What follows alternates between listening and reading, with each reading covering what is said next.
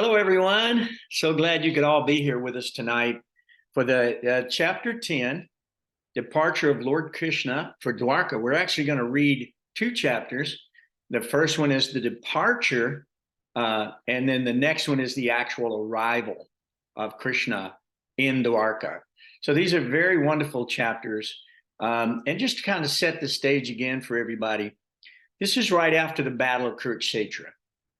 So this is right after a great fratricidal war had taken place. So many people had died. Bhishma Day was on a bed of arrows, and Krishna and Yudhisthira and everybody came to gather and hear him speak. It was quite wonderful, and they had just finished the funeral ceremonies and the pageantry and so forth and so on for this great soul and his passing. And as you know, Bhishma had Krishna directly in front of him, and he had his mind fixed on the Lord, completely in samadhi, and meditating on the Lord in his personal feature. So that's our goal. Obviously, that's our goal as well, is to meditate on the Lord in his personal feature. So before we start, if you don't mind, I'm going to offer my respects to my spiritual master. Namo Om Vishnupadaya Krishna Pristaya Bhutale Shrimate Bhaktivedanta Swaminiti Namane Namaste Saraswati Devam Gauravani Pracharane Nirvishesha Sunyavari Paschatya Deshatarane Jaya Sri Krishna Chaitanya Prabhu Nityananda Sri Advaita Garadhara Shivas Adi Gaura Bhakta Vrinda Hare Krishna Krishna Krishna Hare Hare Hare Ram Ram Ram Hare Hare. And we always begin by chanting this mantra: Om Namo Bhagavate Vasudevaya. Om Namo Bhagavate Vasudevaya. Om Namo Bhagavate Vasudevaya. Om Namo Bhagavate Vasudevaya. Om Namo Bhagavate Vasudevaya. All right. So we're going to be reading together tonight two chapters, and we're going to go ahead and start. I'll start first, if you don't mind, and then everybody else can just chime in, raise your hand, click the button, whatever you want, if you want to read with us, okay? I'll read a few. We got about 70 verses to read, so I'll probably read 15 or so, and then somebody else can pick up. So this is chapter 10, Srimad Bhagavatam, first canto, Departure of Lord Krishna for Dvaraka. And it's text 1, Saunaka Muni asked, after killing his enemies who desired to usurp his rightful inheritance, how did the greatest of all religious men, Maharaj Yudhisthira, assisted by his brothers, rule his subjects? Surely he could not freely enjoy his kingdom with unrestricted consciousness. Sutta Goswami said, Lord Sri Krishna, the Supreme Personality of Godhead, who is the maintainer of the world, became pleased after reestablishing Maharaj Yudhisthira in his own kingdom, and after restoring the Kuru dynasty, which had been exhausted by the bamboo fire of anger. Maharaj Yudhisthira, after being enlightened by what was spoken by Bhishma Dev and Lord Sri Krishna, the infallible, engaged himself in matters of perfect knowledge because all his misgivings were eradicated. Thus he ruled over the earth and seas and was followed by his younger brothers. During the reign of Maharaj Yudhisthira, the clouds showered all the water that people needed, and the earth produced all the necessities of man in profusion. Due to its fatty milk bag and cheerful attitude, the cow used to moisten the grazing ground with milk. That's a happy cow. The rivers, oceans, hills, mountains, forests, creepers, and active drugs in every season paid their tax quota to the king in profusion. Because of the king's having no enemy, the living beings were not at any time disturbed by mental agonies, diseases, or excessive heat and cold. Sri Hari, Lord Sri Krishna, resided at Hastinapur for a few months to pacify his relatives and please his own sister, Subhadra. Afterwards, when the Lord asked permission to depart and the king gave it, the Lord offered his respects to Maharaj Yudhisthira by bowing down at his feet, and the king embraced him. After this, the Lord, being embraced by others and receiving their obeisances, got into his chariot. At that time, Subhadra, Draupadi, Kunti, Uttara, Gandhari, Dhritarashtra, Yuyutsu, Kripacharya, Nakula, Sahadev, Bhimasena, Daumya, and Satyavati all nearly fainted because it was impossible for them to bear separation from Lord Krishna. The intelligent who have understood the Supreme Lord in association with pure devotees and have become free from bad materialistic association can never avoid hearing the glories of the Lord, even though they have heard them only once. How then could the Pandavas tolerate his separation, where they had been intimately associated with his person, seeing him face to face, touching him, conversing with him, sleeping, setting, and dining with him? All their hearts were melting for him on the pot of attraction. They looked at him without blinking their eyes, and they moved hither and thither in perplexity. The female relatives, whose eyes were flooded with tears out of anxiety for Krishna, came out of the palace. They could stop their tears only with great difficulty. They feared that tears would cause misfortune at the time of departure. While the Lord was departing to the palace of Hastinapur, different types of drums like the mridanga, dola, nagra, dunduri, and dundubi, and flutes of different types, the veena, gomukha, and bari, all sounded together to show him honor. Out of a loving desire to see the Lord, the royal ladies of the Kurus got up onto the palace and, smiling with affection and shyness, they showered flowers upon the Lord. At that time, Arjuna, the great conqueror and warrior of sleep, who is the intimate friend of the most beloved Supreme Lord, took up an umbrella which had a handle of jewels and which was embroidered with lace and pearls. Uddhava and Satyaki began to fan the Lord with decorated fans, and the Lord, as the master of Madhu, seated on scattered flowers, commanded them along the road. It was being heard here and there that the benedictions being paid to Krishna were neither befitting nor unbefitting, because they were all for the Absolute, who was now playing the part of a human being. Absorbed in the thought of the transcendental qualities of the Lord, who is sung in select poetry, the ladies on the roofs of all the houses of Hastinapur began to talk of him. This talk was more attractive than the hymns of the Vedas. They said, now, would somebody else like to pick this up here? How about you, Madhumati? Would you like to? Yeah, please. Okay. They said, here he is, the original personality of Godhead, as we definitely remember him. He alone existed before the manifested creation of the modes of nature, and in him only, because he is the Supreme Lord. All living beings merge, as if sleeping at night, their energy suspended. The personality of Godhead, again desiring to give names and forms of his parts and parcels, the living entities, placed them under the guidance of material nature. By his own potency, material nature is empowered to recreate. Here is the same Supreme Personality of Godhead, whose transcendental form is experienced by the great devotees who are completely cleansed of material consciousness by dint of rigid devotional service and full control of life and the senses. And that is the only way to purify existence. Oh, dear friends, here is that very personality of Godhead whose attractive and confidential pastimes are described in the confidential parts of Vedic literature by his great devotees. It is he only who creates, maintains, and annihilates the material world and yet remains unaffected. Whenever there are kings and administrators living like animals in the lowest modes of existence, the Lord in his transcendental form manifests his supreme power, the truth positive, shows special mercy to the faithful, performs wonderful activities and manifest various transcendental forms as is necessary in different periods and ages. Oh, how supremely glorified is the dynasty of King Yadu, and how virtuous is the land of Mathura, where the supreme leader of all living beings, the husband of the goddess of fortune, has taken his birth and wandered in his childhood.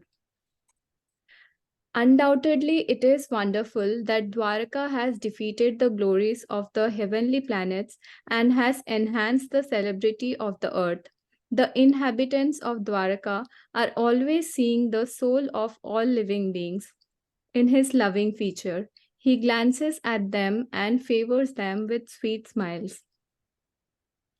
Oh, friends, just think of his wives, whose hands he has accepted, how they must have undergone vows, baths, fire sacrifices, and perfect worship of the Lord of the universe to constantly relish now the nectar from his lips. The damsels of Vrajabhumi would often faint just by expecting such favors.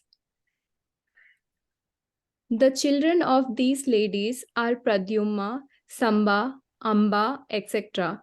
Ladies like Rukmini, Satyabhama, and Jayabhavati were forcibly taken away by him from their Swayamvara ceremonies after he defeated many powerful kings, headed by Shishupala.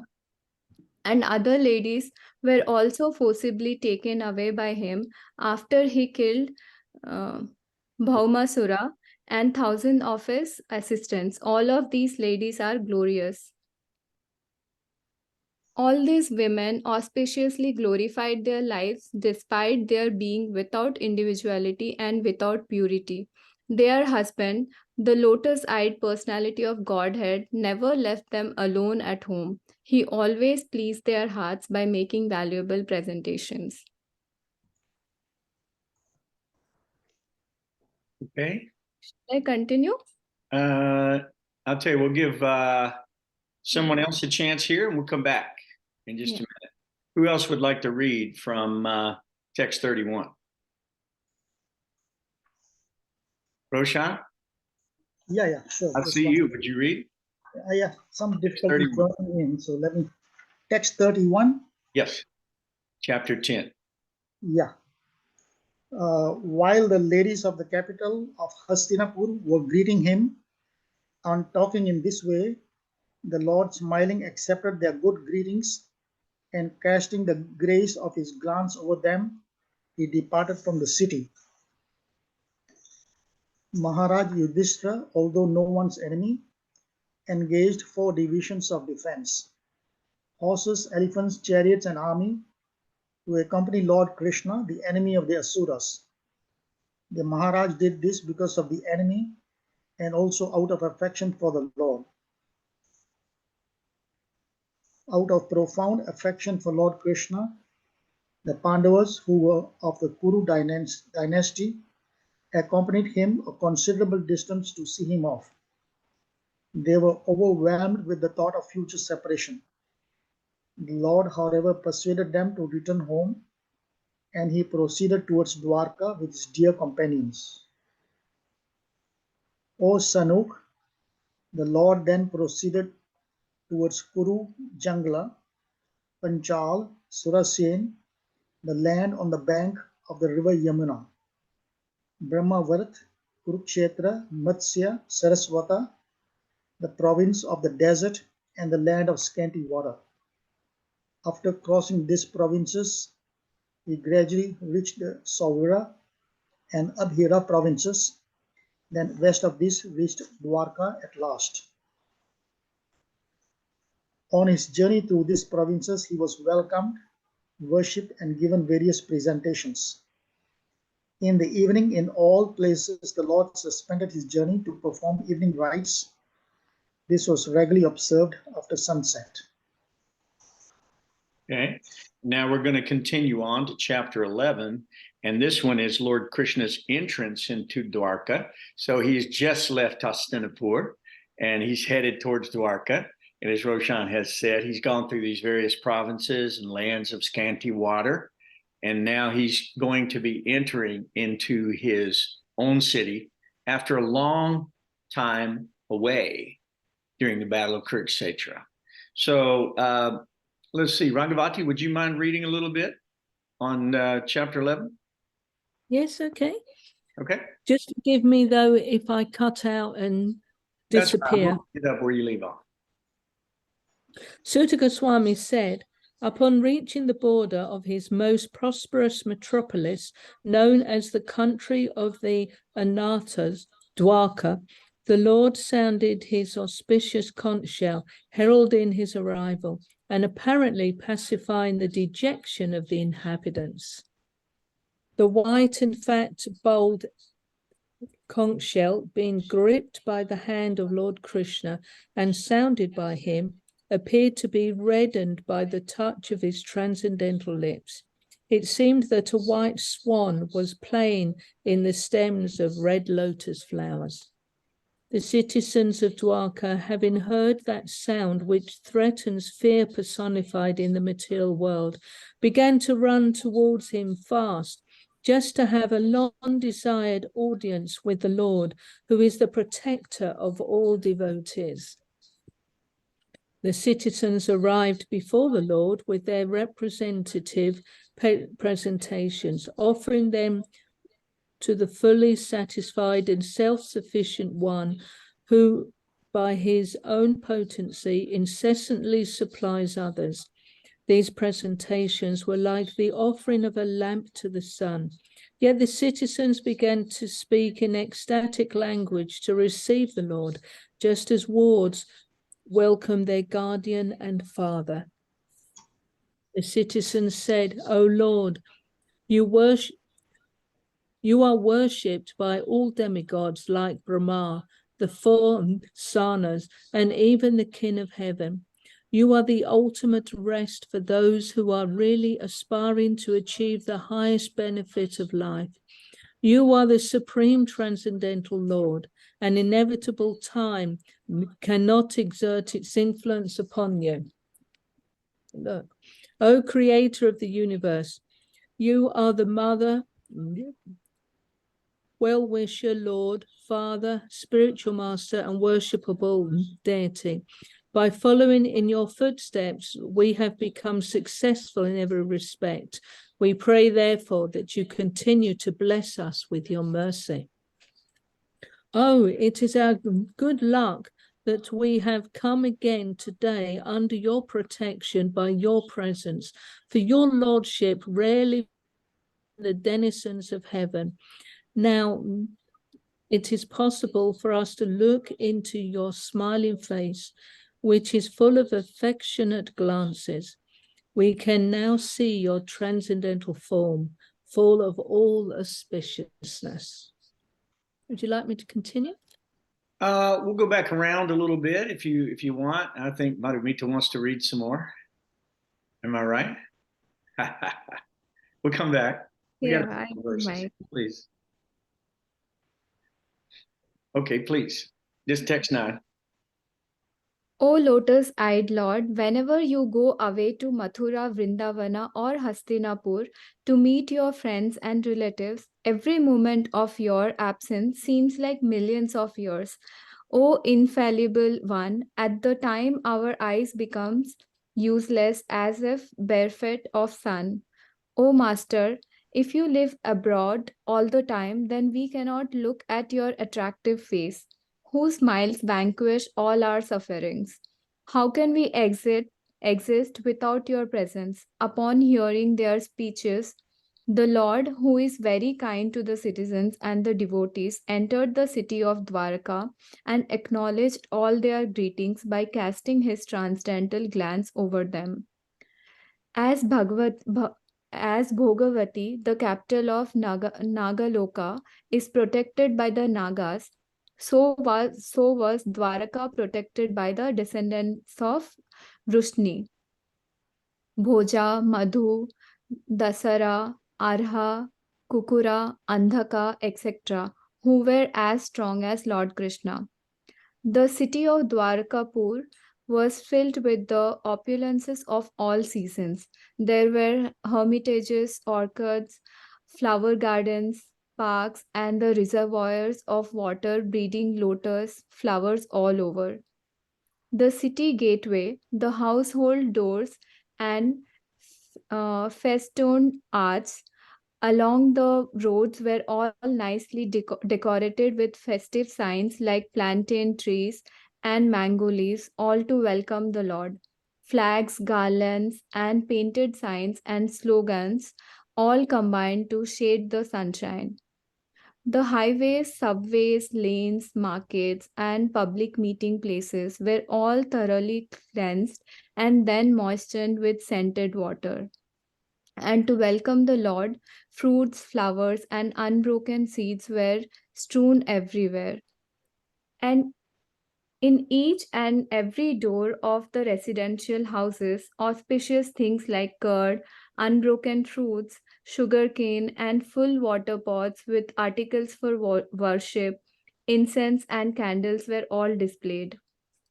On hearing that the most dear Krishna was approaching Dwarka Dhama, Magnanimous Vasudeva, Akrura, Ugrasena, Balaram, the superhumanly powerful, Pradyumna, Charudeshna, and Samba, the son of Jambavati, all extremely happy, abundant, resting, sitting, and dining.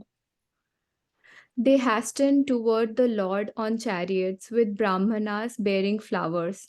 Before them were elephants, emblems of good fortune, conch shells and bugles were sounded, and Vedic hymns were chanted. Thus they offered their respects, which were saturated with affection.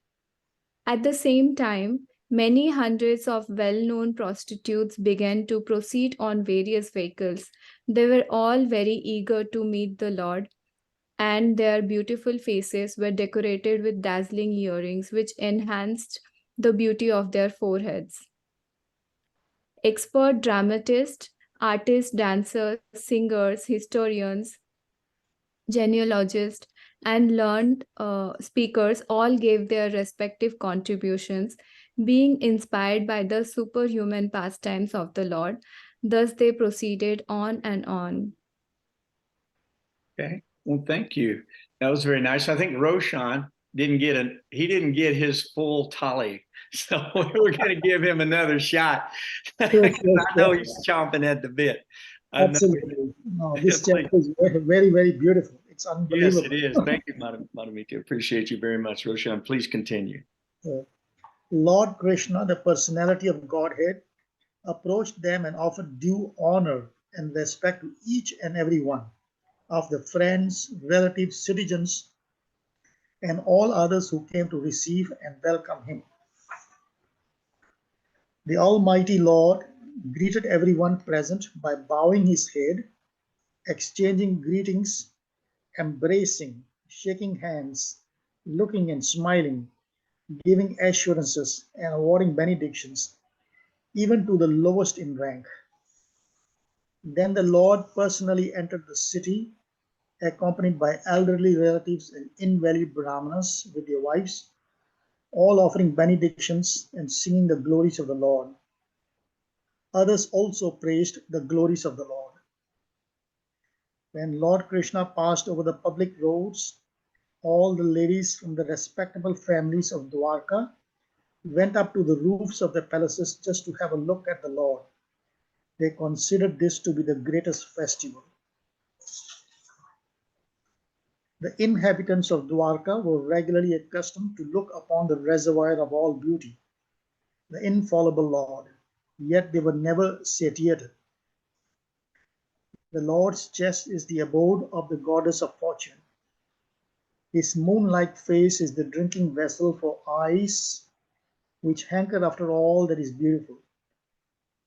His arms are the resting places for the administrative demigods, and his lotus feet are the refuge of pure devotees who never talk or sing of any other subject except his lordship.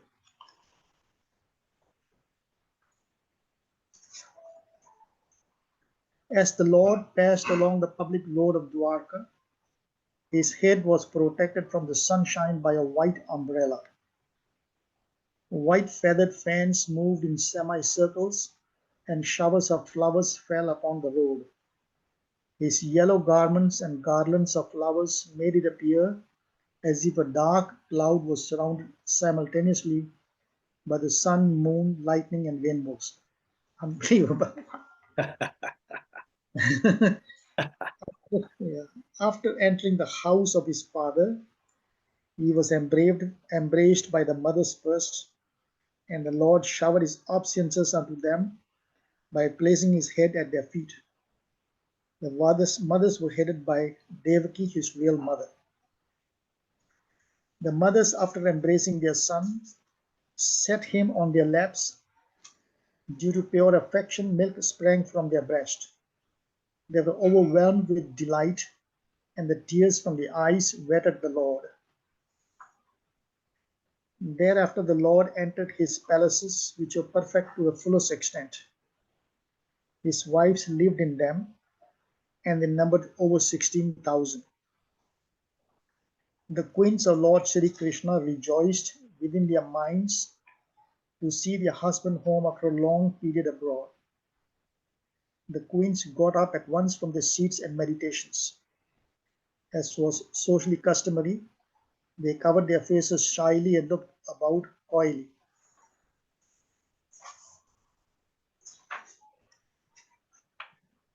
The insuperable ecstasy was so strong that the queens who were shy first embraced the Lord in the innermost recesses of their hearts. Then they embraced him visually, and then they sent their sons to embrace him, which is equal to personal embracing. But O chief among the Bhrigus, although they tried to restrain their feelings, they inadvertently shed tears. Although Lord Krishna was constantly by their sides, as well as exclusively alone, his feet appeared to them to be newer and newer. The goddess of fortune, although by nature always restless and moving, could not quit the Lord's feet. So what woman can be detached from those feet, having once taken shelter of them? The Lord was pacified after killing those kings who were burdensome to the earth. They were puffed up with their military strength, their horses, elephants, chariots, and infantry. He himself was not a party in the fight. He simply created hostility between the powerful administrators, and they fought among themselves. He was like the wind which causes friction between bamboos and so spark a fire. Hey, Roshan, we're going to let Rangavati finish us out Sure. because I see that she didn't get enough earlier. Okay, Rangavati, take it from here. Take us home. Are you? Okey-dokey. Yes. The Supreme Personality of Godhead, Sri Krishna, out of his causeless mercy, appeared on this planet by his internal potency and enjoyed himself amongst competent women as if he were engaging in mundane affairs. Although the Queen's beautiful smiles and furtive glances were all spotless and exciting, and although they could conquer Cupid himself by making him give up his bow in frustration, and although even the tolerant Shiva could fall victim to them, still, despite all their magical feats and attractions, they could not agitate the senses of the Lord. The common materialistic conditioned souls speculate that the Lord is one of them. Out of their ignorance, they think that the Lord is affected by matter, although he is unattached. This is the divinity of the supreme of the personality of Godhead. He is not affected by the qualities of material nature, even though he is in contact with them. Similarly, the devotees who have taken shelter of the Lord do not become influenced by material qualities. The simple and delicate women truly thought that Lord Sri Krishna, their beloved husband, followed them and was dominated by them. They were unaware of the extent of the glories of their husband, as the atheists are unaware of him as the supreme controller. Excellent. You guys are fantastic. I tell you, that was wonderful. That was very wonderful. These two chapters are just amazing because they cover almost all the philosophy of the Bhagavad Gita. They cover the philosophy of the Vedic, the whole Vedic literature. This is a great essence of information that is being shared with us. And so I know there's going to be some questions and some comments. So I want to go ahead and see if anybody has anything. We can start the discussion. I have some thoughts that I'd like to go over also. So I'm happy to do that now, or if you guys have some urgent questions, let's go ahead and get them out, or comments. But we can kind of go back through these two chapters a little bit and discuss them as we move again. So is there any immediate question or comment that anybody would like to make? Well, just a comment. Yeah. I think this is mind-blowingly beautiful. That's all. It is something as sweet as the sweetest of the material sweet, which cannot be described. I mean, it's just unbelievably beautiful. Thank Amazing. you very much for that. That's a fact. Literature and poetry is unbelievable. Mind-blowing. You can almost be transported to this situation by the way it's being written. It's so beautiful the way they've written it. It's so descriptive. And it talks about everybody's mood and the way they're dressed, the way they're decorated, what their feelings, what they're thinking. Krishna's glancing over them. We can see him on his chariot. We can see the white umbrella. It's just pageantry. And we can only imagine this is God. This is God. So if we've ever thought of anybody who's had some glory, that would be insignificant. In this explanation, it was like offering, a candle to the sun or a lamp to the sun. Try to imagine one lamp against the whole sun. So that's what it would be like. If anybody else, any material personality, even up to Indra, cannot match the glories of God, of Krishna. All of their glories come from God. All of their abilities, their powers, everything comes from Krishna. So we can only imagine that the proprietor of all creation, the one who is manifesting all these pastimes for the satisfaction of the devotees in their various relationships. Now, we saw that Bhishma Dev was in a relationship with Krishna as an adversary. But it was an ecstasy for Bhishma. He was in a state of ecstasy. You remember? He said as he shot his arrows, sharp arrows into the body of Krishna, he could see the wounds with some blood, right? This is all a pastime. Krishna doesn't bleed. But nonetheless, he is bleeding for his devotee, for that rasa, that relationship, right? And he even breaks his vow and grabs the wheel for Bhishma Dev. So this is quite wonderful. Then he appears at Bhishma's passing to be there before him so that he can meditate in complete samadhi on the personality of Godhead, right? And he described the glories of Krishna to the devotees there. And they all became completely free of any misgiving as a result of it. His conversation, his description, and also the great words of Lord Sri Krishna here. So this should be, I'm telling you, Steven Spielberg or somebody, they should grab this and make this the most amazing, epic truth story, because all we get is fiction. All we get is some created imaginary creature, right, who's supposed to be an avatar or whatever it may be, and we're just duped by it. We're entertained. But is the goal of life to be entertained only? I don't think so. As a matter of fact, we can become very distracted by being overly entertained. And we see that our children nowadays are just simply playing these video games all day and all night long. Mainly, they're just killing one another on this game, and you're the winner if you kill the most people. What is that about? I mean, is that good for our society? Or we go to the movie houses and all we see is rape, okay, robbery, murder, theft, covetousness, right? Inappropriate behavior between men and women.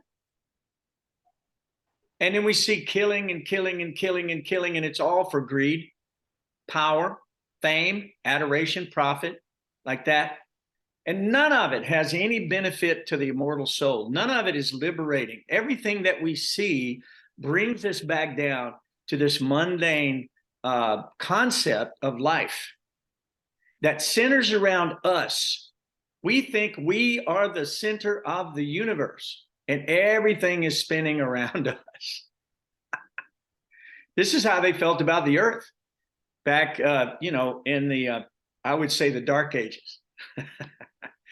But they felt like, and they're very puffed up. Oh, yes, the earth is the only place there's any life. Is there any life in the universe? This is their question.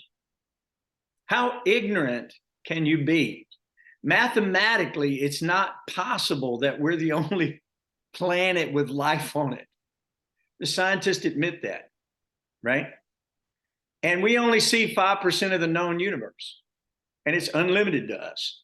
Trillions of galaxies and planets and universe. It's unbelievable that Krishna has the power to do all of this in every place, in every universe, on every planet, in every town, in every village, with every individual, even the lowest, it says here, even the most insignificant. Krishna is rewarding them according to their desire. So whatever you've desired, you can have it. Krishna wants you to have it. Now he comes again and again and again and again and again to tell us what we should want. That would be our perfection, our greatest happiness, because we're born in ignorance, right? Om Jnana Timirandasya Gyananjana Salakaya Chakshuru Militanyana Tasmai Shri Gurave Namaha. The spiritual master comes. Balaram's the original spiritual master. He comes, and all other spiritual masters, Sampradaya, they issue absolute knowledge, truth, absolute truth, not some relative truth according to time, place, circumstance, whatever it may be, your nation, your body, your sex, your so-called religion, your creed. What is that? All mostly man-made nonsense, right? But when God comes, or when God's representative comes, they give you the absolute truth. And that absolute truth brings you happiness. It brings you peace. It brings you tranquility. It brings you courage. It brings you security. You should know, yesterday was Diwali or Deepavali, however you say. And Lord Ramchandra made a statement in Ramayana. We had a nice program last night. We had about 50 people come. Most never been to a program before. And they were there chanting with us, chanting Hare Krishna and hearing the story of Ramchandra. It was very wonderful to see that. The Lord Ramchandra said, anyone, anywhere who lays down their weapons and surrenders to him, the Lord will protect them. The Lord will shelter them. So all we have to do is give up our weapons, give up the fight against the Lord. We're here fighting against the Lord. We're here hiding from the Lord, right? We're here making up our own religions, right? Our own sectarian concepts, our own philosophies. Matter of fact, if you don't have an excellent theory, you're not considered to be a scholar. You got to have a theory, right? You got to have your own. And so everybody's trying to come up with something out of their concoction of their mind. It's all speculation. You should not trust your soul to these inadequate so-called saviors who are coming. They're simply bogus, rascals, nonsense.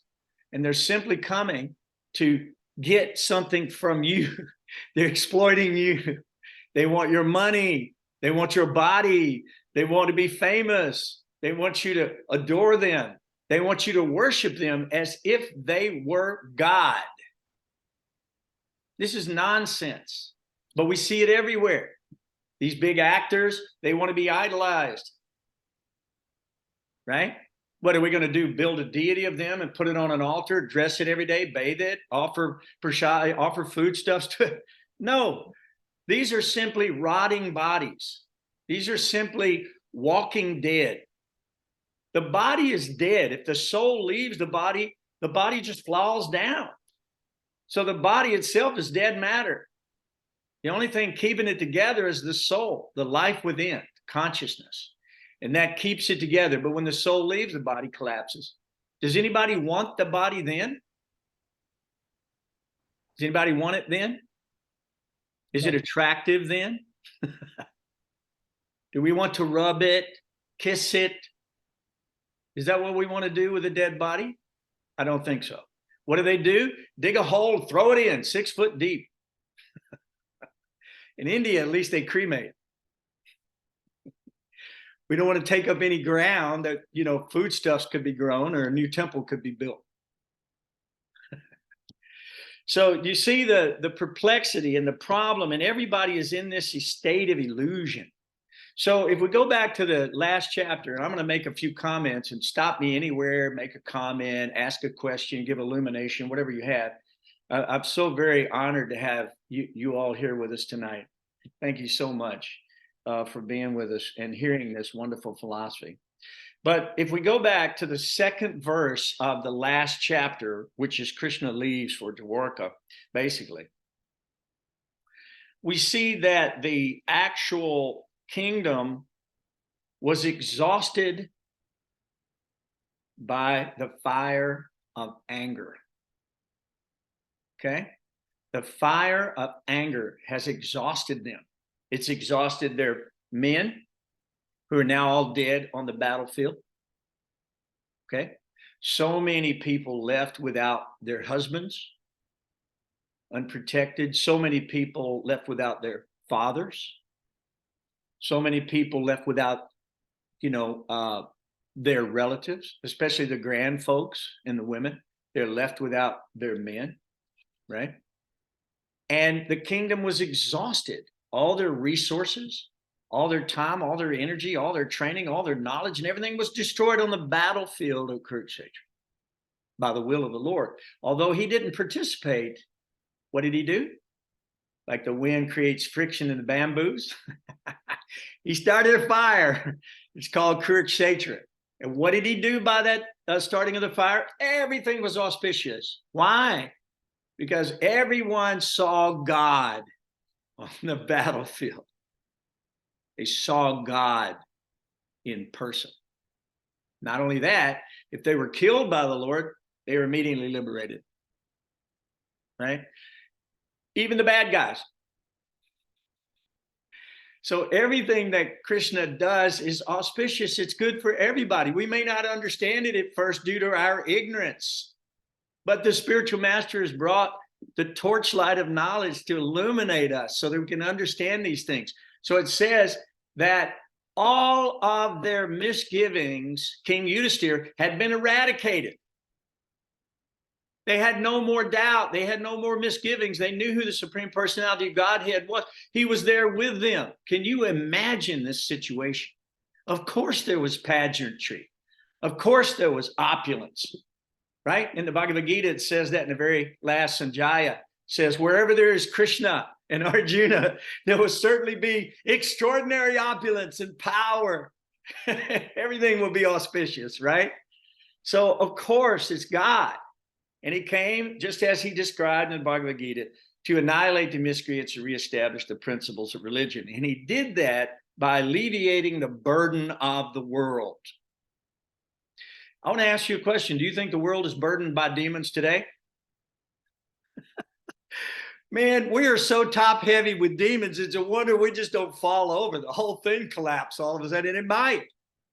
Where somebody's got their finger on the button. Wherever these great powers are going, they've got a briefcase with them.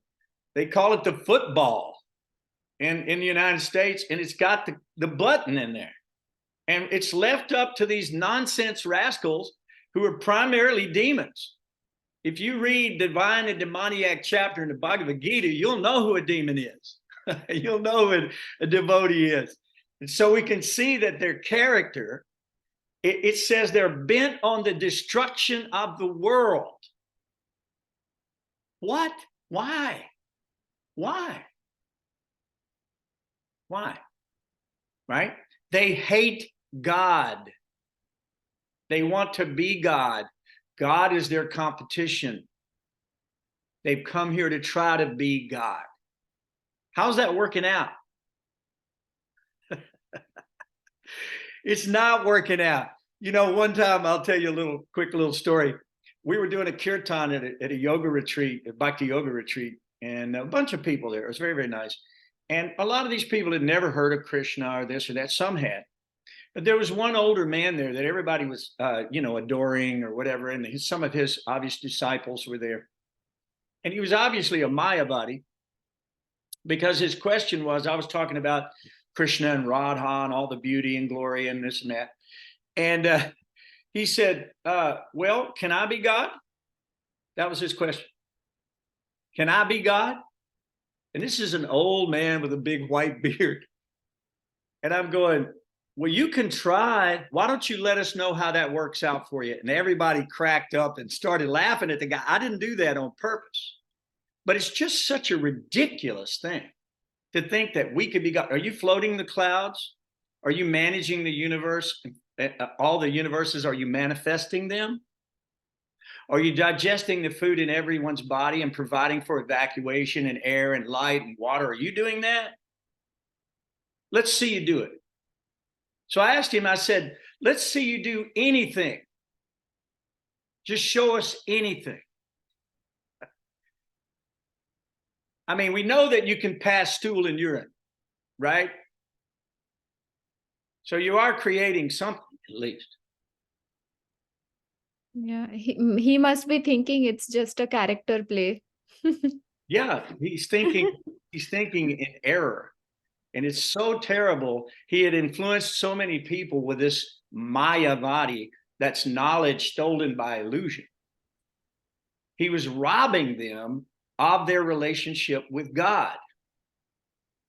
And so it definitely needed to be chastised. Definitely it needed to be chastised.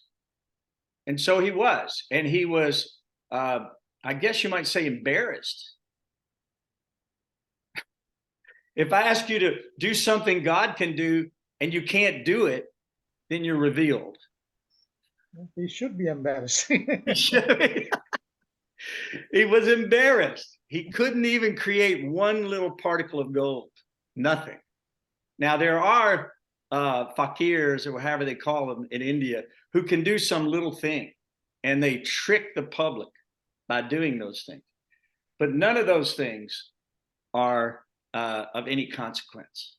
And there's some great stories we could talk about, but we don't have time to get into all of those stories. But there's some wonderful stories, even in the Chaitanya Charitamrita. I know you've read it, Roshan. I don't know if you have, anybody else, but there's some wonderful stories in there of bogus incarnations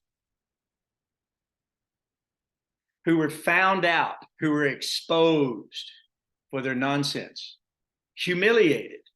Many of the times they were run out of town, right? Because they can do some little thing. And everyone is enamored by that, right? So, but when a real saintly Rajarishi gets on the throne, like Yudhisthira, who is reestablished on the throne, what does it say? It says the earth produced all necessities prolifically. That there was no agony, there was no suffering, there was no heat and cold problem. There was no one in anxiety for any reason. Everyone was protected. The earth profusely gave its fruits and every. Right now we're having a drought where I live in Tennessee.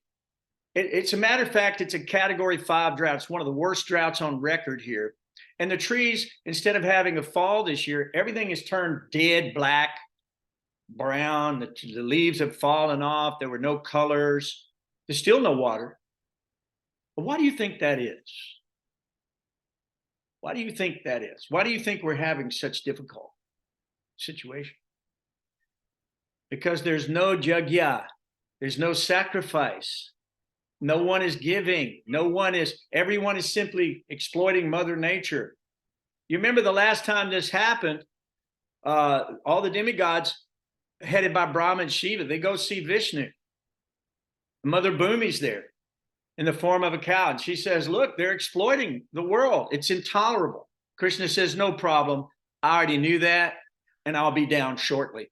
Go ahead and take your verse and prepare for me to arrive. So the Bhagavatam is a chronicle of God's descending again and again and again and again to the material world from the spiritual strata. He never actually leaves Goloka Vrindavan. He's always there in par excellence. He doesn't ever leave. Yet he expands unlimitedly. Everything you see is Krishna. It's an expansion of Krishna. All the demigods are expansions of Krishna. All of the incarnations are expansions of Krishna. You're an expansion of Krishna. And he manifests as the monarch in all species, aquatics, demigods, animals like that. Why? To attract our minds. Why? To bring us back home. For what? Love. For the ecstasy that you're longing for that you haven't been able to get from exploiting your five senses, which include the mind. You know, we had some really nice prasadam last night, and I remember sitting there taking the paneer, and the sabji was so delicious. I just wanted to keep eating it. I thought, I'm exploiting my senses. I got to stop. I got to stop or I'm going to get sick, right? Because what happens to us when we exploit our senses too much? We get sick. You can't take too much. You just a little bit. So therefore, Upanishad says, take only what is needed for you and don't take more, knowing well to whom it belongs. The world has got all the resources. It's not a problem. But if everyone is exploiting, and just like we find that some of these groups that have these terrorists and so forth and so on, they're billionaires. They're sitting in a luxury penthouse suite while these people are in desperate poverty and out giving their lives for whatever he has decreed to them. And we've seen this happen with dictators through all history, right? Create your own religion, divide everyone, try to conquer. That's the way that they conquer, by dividing you. So when you see that envy is there, envy and animosity and greed, lust, they all divide us. They cause hatred amongst us because we're envious of someone else. We see they have something, we don't want to know why we don't have it. We don't have it because we've got previous karma and we're now living that off. Now you can create new karma today. You are creating karma. You've got no karma, right? Because you're here hearing Bhagavatam. All of your past sinful reactions and karma are being burnt into ash. And it's being replaced with meritorious behavior and activities of hearing about the Lord's name, fame, glories, pastimes, entourage, activities. This is what we should be doing all day long. Prabhupada said, why work so hard like hogs, dogs, camels, and asses? I've never seen hogs work too hard, though. They're satisfied laying in the mud, eating stool. But nonetheless, but if we're working hard, just like you see the mule, right? Prabhupada used to give this example. In India, it's terrible. And you guys from India, you've probably seen this. They packed this mule. I've never seen anything more burdened in my life. It's packed all the way up. It's on both sides of him. It's hanging off the back, and there's some guy whipping him. And he is thinking, I have to serve this master if I want to have grass. But grass is growing everywhere. He's being duped. He's being duped. And we're all So being true. duped by so-called masters in the material world. Yeah, what'd you say? No, that makes sense. That is so true.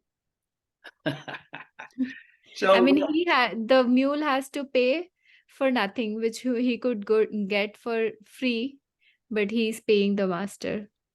and it's that way with everything. They've Yeah. monetized air now. If you want clean air, you have to pay for it. Right? If you want clean water, you have to pay for it. You know, when I was a kid, if somebody told me you're going to end up buying water in your lifetime, I would be like, what are you saying? I mean, this is the most ridiculous thing I've ever heard. No one buys water. Water's everywhere. We're water bodies, water planet. What's going on? Now we're buying water in a bottle. It's $1. So they've monetized anything and everything, right? Every single thing. We're being cheated. Prabhupada said, it's simple. Take some seed, have the bull plow the land, throw the seed on the ground, it will grow up. And then when it's ripe, you harvest, put a little back for the off season. And then the rest of the time, simply chant Hare Krishna. Engage your mind in the study of the Srimad Bhagavatam. And do not be duped by those who would care to exploit you. And that's what they're doing. The monopolies like the power company, the water company, right? All of these things are there, the trash company, all of these things are there now. You know, in India, we were just talking the other day, in India, they were accustomed to taking the leaf, the palm leaf, and just throwing it on the ground because it would dissolve into nature. Or the water pot, which may have been made of clay, or just throw it on the ground, everything's fine. The American Indians lived here for 10, 12, 30, 40, 100,000 years, we don't know. Very little sign of them here. But look at us. We've created a nightmare. Whenever there's a hurricane or anything like that, stuff is being blown everywhere, trash is everywhere, buildings are blown down. None of these things are biodegradable. And they have to fill landfills full of this kind of nonsense that we created, this consumer society. So now the one thing that I want to share with you, because the situation is we have to divert our attention to Krishna if we don't want to be cheated. We have to divert our attention to Krishna and his messages so that we can understand truth or reality distinguished from illusion. That's one of the very first verses in the Srimad Bhagavatam. You know, that's what truth is. Reality distinguished from illusion. So we have to become educated. It's upon us to become educated. It's our job as human beings to become self-realized. And somehow or another, we're attracted to this pure information, and we've been delivered by this pure information. And we no longer can be cheated, okay, by unscrupulous persons. They prey on the innocent. They prey on the uneducated. They prey on the poor. They prey on the less privileged. But if you have knowledge, you have to stand up for the truth. There's an old axiom that says, you know, you better stand for something or fall for anything. And we see the innocent people are being carried away with this grand illusion that they think is important to them.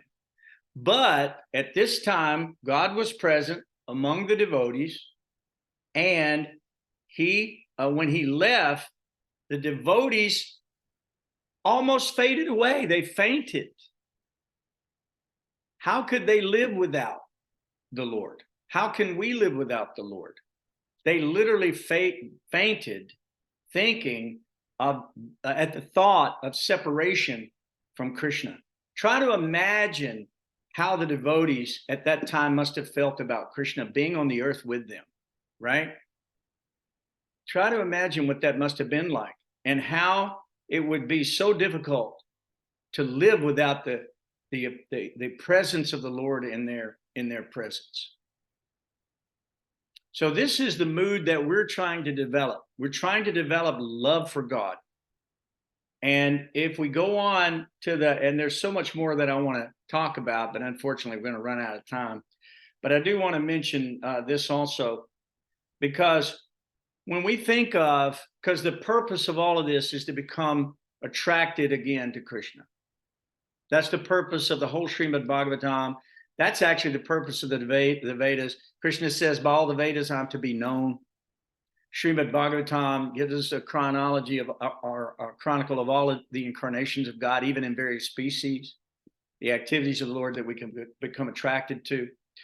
But when we see that these personalities that were on the earth were so much attracted to Krishna that they couldn't bear the thought of separation, they followed him out of the village. He had to run them back. He had to persuade them to go home. They didn't want to go home. They were dejected. Just like when Krishna first left the gopis, they almost died, right? And now the inhabitants of Dvaraka are welcoming Krishna back home after a long time abroad. And it's just like taking a drink of water. They were dying of thirst, and Krishna comes and he is a tall drink of water. So now they're nourished again. But the mood of separation that the gopis demonstrated, and that the inhabitants of Dvaraka demonstrated, and the inhabitants of Hastinapur demonstrated when Krishna was leaving, this is the mood that we're trying to get. Lord Chaitanya Mahaprabhu gives us that mood in his Shishastakam prayers, right? So what does he says? Yugayatam nameshena chakshusha pravri sayatam sunyayatam jagat sarvam govinda virahena me. And that means that, oh Govinda, feeling your separation, I'm considering one moment to be like 12 years or more. Just like they said, it feels like millions of years in his absence has gone by every moment. Tears are flowing from my eyes like torrents of rain. And I'm feeling all vacant in the world. This is the mood we're trying to cultivate. Lord Chaitanya Mahaprabhu, the most recent incarnation of God, in the mood of Radharani, came to demonstrate pure love of God and feelings that we should have. And he goes on to say, Eslishyava padaritam vanastumam, adarsanam marmahatam karotava, yatatatava beditatu lampato, mat prananatas tusa eva napara. And that means I know no one but Krishna as my Lord, and he shall remain so, even if he handles me roughly by his embrace. This brings us back to the prayers of Queen Kunti, right? We just heard not too long ago. She didn't mind being handled roughly. As long as she could see Krishna, she wanted all these maladies to come again and again and again. This is pure devotion. This is why we study Srimad Bhagavatam. This is what mood we're trying to develop by following those great Mahatmas and the Mahajanas like Bhishma Dev. This is the mood we're trying to cultivate. So it says, or even if Krishna makes me brokenhearted by not being present before me, he is completely free to do anything and everything, for he is my worshipful Lord unconditionally. Unconditionally. And what did we read when we first started in this first chapter? It says your devotion has to be uninterrupted and unmotivated, right? Most people are going to God to do a business deal. Give me some bread, give me a prettier wife, some nicer children, fill up my bank account. As long as you're doing that, we're going to be all right. But if you ever stop, you're out. They would throw you out of the school. They've done that. They throw God out of politics in the United States of America. Separation of church and state. Think about it. The Brahmins and the Kshatriyas, they were like this. Kshatriya didn't do anything without the permission of the Brahmin. It'd be like the arms acting without the permission of the brain. Would that even make any sense? What would the arms do if they have no intelligence? What would they do? Flail about. It's ridiculous to think how we've come so far with democracy, democracy.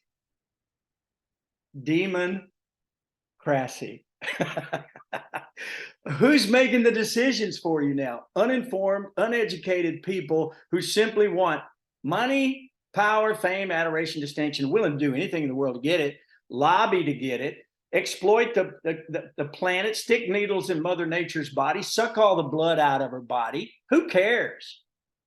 I'm getting all I can get right now. Hey, I met a lady today, and the lady's sitting there, and she's old. She's probably, I guess she's probably 70, 80, 90. I couldn't tell, but she was very old. And she was sitting there. I stopped to get a drink on the way. I had to go down and meet a devotee today down near Marari Sevak Farm. And so she was sitting there, and she had a big, like, I don't know what it was, but it had frosting all over it with little sprinkles on it. And she's drinking a big, like, thing this big of just sugar, basically. And I said, oh my God, I saw her do it. She's wearing it out. I said, oh my God. She said, I'm spending my children's inheritance. And then she said, you know, you only have one life to live. You might as well enjoy it. This is the attitude of people in this world. They don't know. They're ignorant. They're walking around in the dark without the information that the Brahmanas could offer. And we need to give this information. And you know what? There are very few takers for the real thing. If you go to find the nicest diamond, how many buyers are there for the finest diamond? Not so many. But if you go to Walmart, yeah, right, Roshan knows. But if you go to Walmart, you'll see in the colored stone section,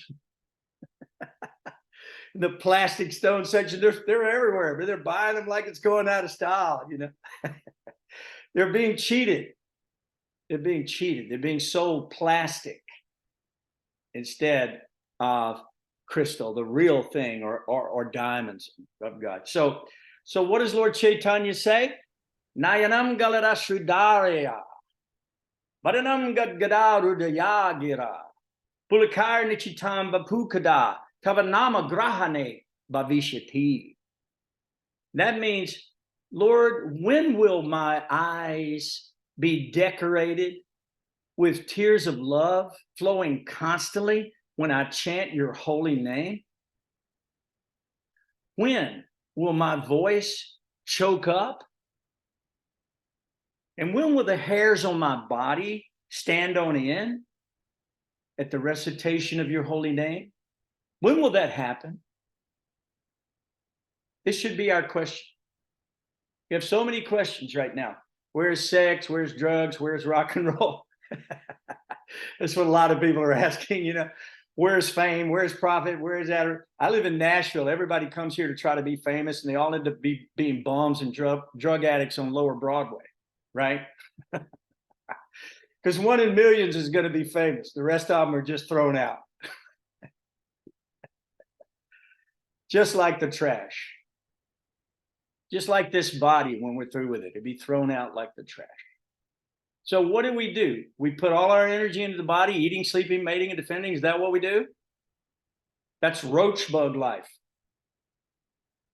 That's amoeba life. No, what we do is we beg the Lord, when, oh when, dear God, will I feel like these personalities that I'm reading about in the Srimad Bhagavatam, who have pure absolute love and devotion for you? When will my hair stand on end? In the Chaitanya Charitamrita, the first time I ever heard the word horripilate. Has anybody ever heard of that word before, horripilations? You know what that is? That's symptoms of ecstasy from pure, unalloyed, loving devotion for the personality of Godhead. That's tribulations. Yeah, I got it. Horripilation, right. That means the body is shivering. That means the eyes are flowing incessant tears of love. That means the voice is choked up. You can barely speak. Every time Krishna comes, as we go through this Srimad Bhagavatam, you'll see that every time Krishna appears before one of the great devotees, they can't even speak. They just fall flat on the ground in his presence. They can't even speak. They want to say prayers. They can't even say prayers. Finally, Krishna gives them the ability to say prayers because they're so ecstatic. They're overcome with ecstasy. Wouldn't that be nice? Think about it. When was the last time in the mundane life that we've lived that you can say you were overcome with ecstasy? I mean, it's almost ridiculous to even say that. And people are taking a drug called ecstasy. It kills them. They die. So, yeah, well, that's a great experience. Okay. What's that about? Right? Everybody's addicted to fentanyl, heroin, cocaine, marijuana, alcohol, something. They're not happy with the life that God gave them. They think they can improve it. Every box on the shelf at the grocery store says new and improved. Do you believe that lie? No, it's not new and improved. It's got ingredients in it that'll cause cancer, that will kill you. That's what men offer. What does God offer? God offers the ecstasy, the love, the security, the tranquility, the peace, the happiness, the eternal life that we're all looking for, that we cannot find anywhere. You know, Sankhya Yoga, look under every rock to try to find God. They're looking for God everywhere. God is right there. He comes again and again and again to save them, but they don't acknowledge. They don't even acknowledge that he's God when he's here.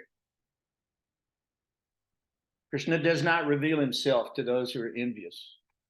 He only reveals himself, like he said to Arjuna, because you are my dear friend and my devotee. So when we say Bhakti Vedanta, we're not talking about love that's sentimental, has no basis. We're not talking about that kind of love. That's what you find in the mundane world between people.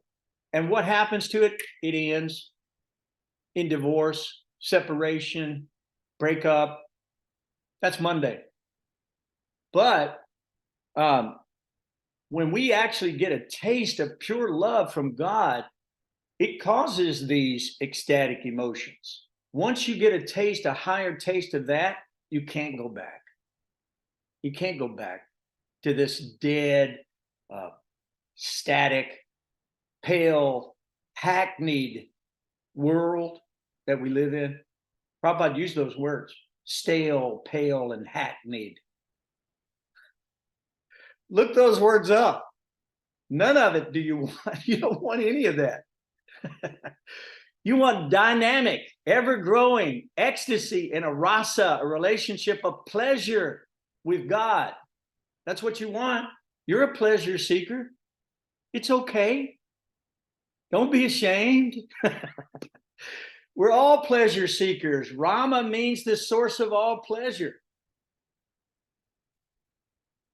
We want to be reconnected with Rama and taste the ecstasy that we've so longed for, just like the inhabitants of Dvaraka when Krishna came back. Their eyes were feasting on the Lord. Their hearts were exploding with love of God. They were experiencing these horripilations, these feelings of ecstasy to see him again. I wish we had more time to cover those things. I have a lot to say, but unfortunately, we're at 8:15 right now. And I'm sorry. Is there any other comments or questions that anybody has about these verses before we go on? There's a verse in Bhagavad Gita, I think it's 10:11. Tesham ev anukam patham ham agyanjam tama nasami atam bhavasta gyan deepen baswata.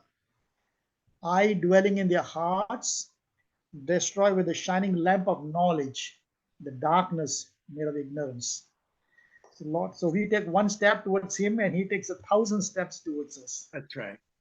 You know, my friend, I had just had a friend that read something from Bhagavatam Rita, Srimad Bhagavatam Rita, which I don't know if anybody has a copy of that, but my one of my students, Ek Chakra Pran, he has that. And then it says, Krishna, heartfelt, says, I've waited so long for your return. I've done everything I can do to get your attention, but you ignored me. I've come for you again and again and again, yet you won't acknowledge me. I'm doing everything for you out of love. Can you not see that I'm asking you to come home to me? See, this verse in this Bhagavatam Rita, you should hear this verse. I mean, it'll take you down. It'll take you down, you know, if you hear that. Similar verse in Bhagavad Gita 1861, where Lord Krishna says that I am the super soul. It is I who is allowing you to wander into all these universes. So I read it as that way, that Lord is saying, when will your footsteps turn to the right direction to come towards me? You're running away from me all over the world, all over the universes. Yeah, that's what Bhagavatam Rita said. He said, when will you turn your eyes towards me again? When will you come to me again? I'm so lonely for my friend. Why won't you come? I'm coming for you again and again, yet you won't even acknowledge.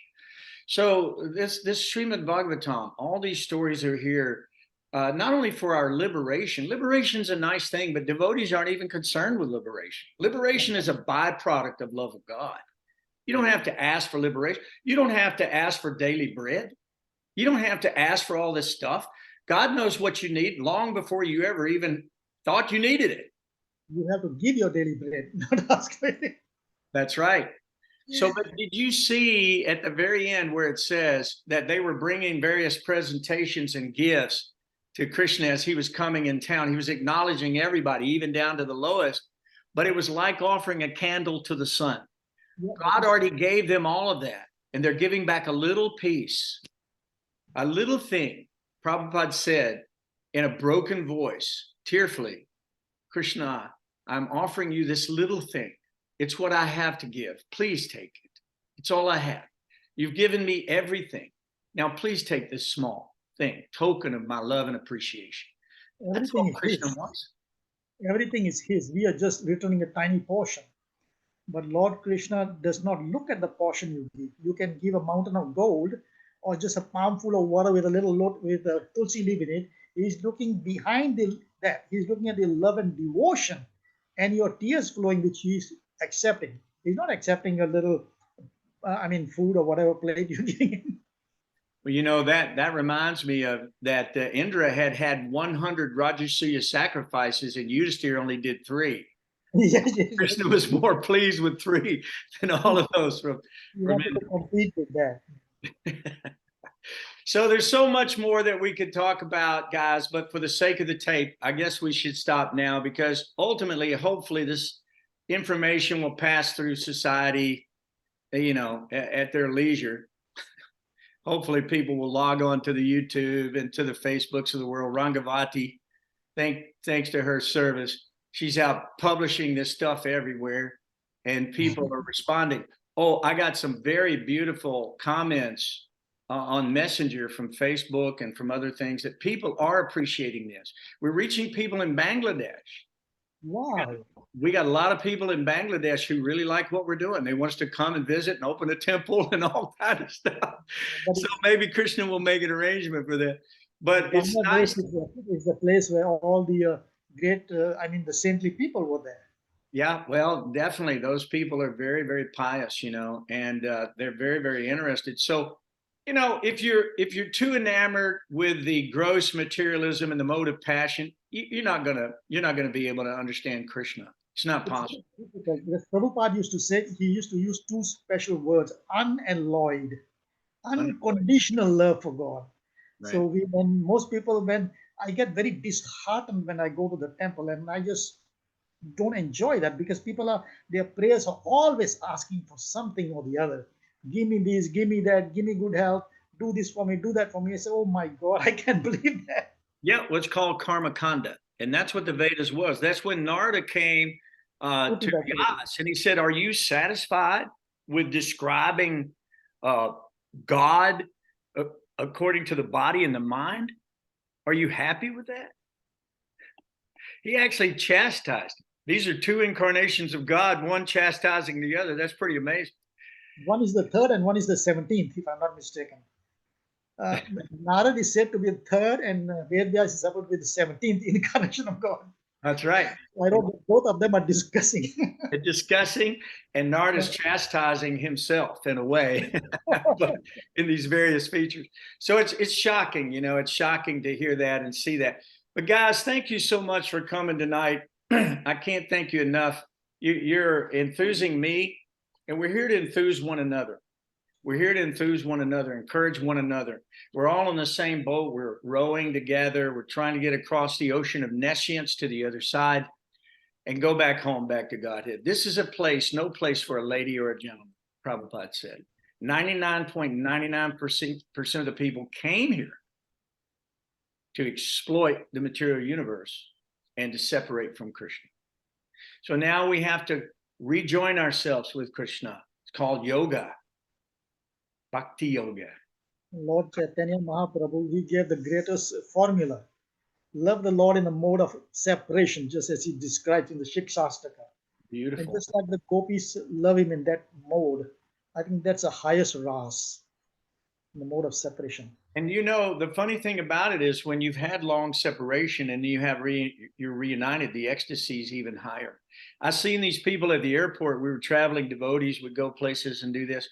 And they see each other after long separation. They rush to each other and they can't. Oh my God, they want to meld into one another. They're hugging so tight. They want to touch the soul. Unfortunately, the honey's in the jar. And they can't get in the jar without the sampradaya, without the absolute truth, without this information from the Vedic literature. So thank Srila Prabhupada for translating these books and bringing it. Otherwise, we would all just be in the same condition. So we owe everything to Srila Prabhupada. Very sad situation otherwise.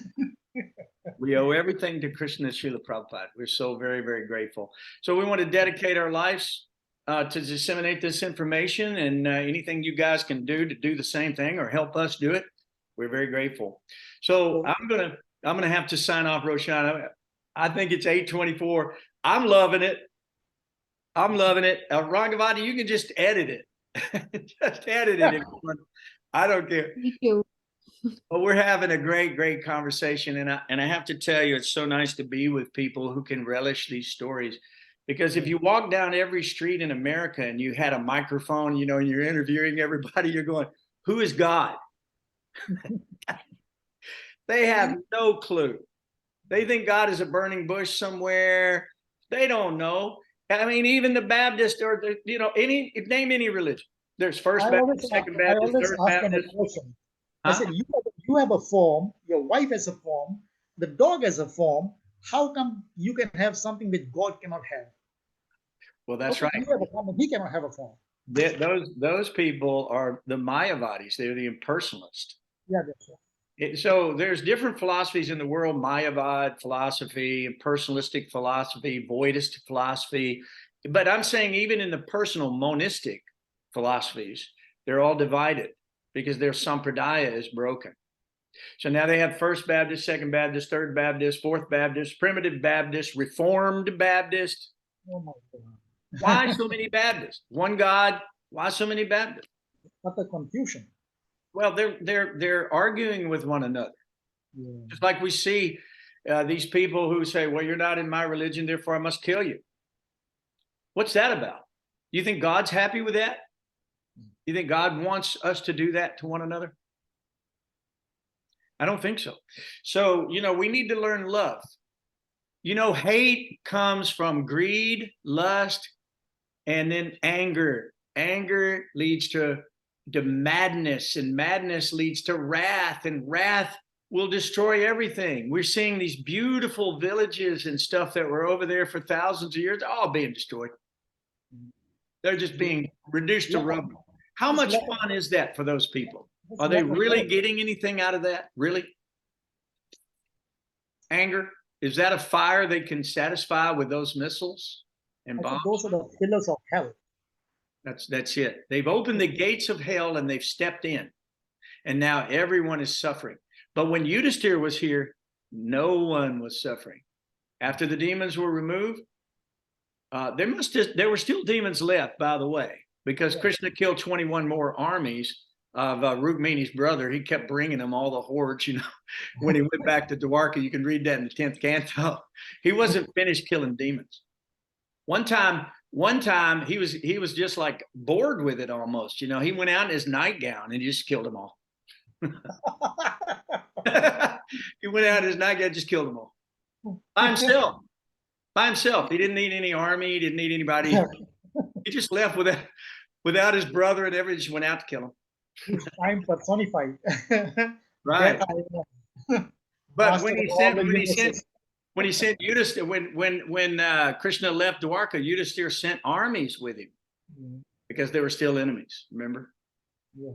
on the earth. So Krishna finished him up, right?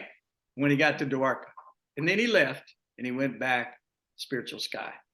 So that's all coming up in the next chapters that we're going to be reading. And I think you guys are going to really relish that. Okay. And with your permission, I will beg your, Thank you so much. please pray for Gayatri Das, if you will, that we might be able to somehow or another spread this information to every town and village in the world. It's our job. It's all of our jobs, and we need to do that. That's So- a command. Yeah, Lord Chaitanya Mahaprabhu's command. Do that for me. right. And then with Raghavati's help, we'll get all that done. Thank you so much, everybody. All right, I'm gonna sign off now before we keep going. Okay. We love you. Thank you. Hare Krishna. Okay. Hare Krishna. Hare Bol. Hare Krishna, everyone. Hare Bol.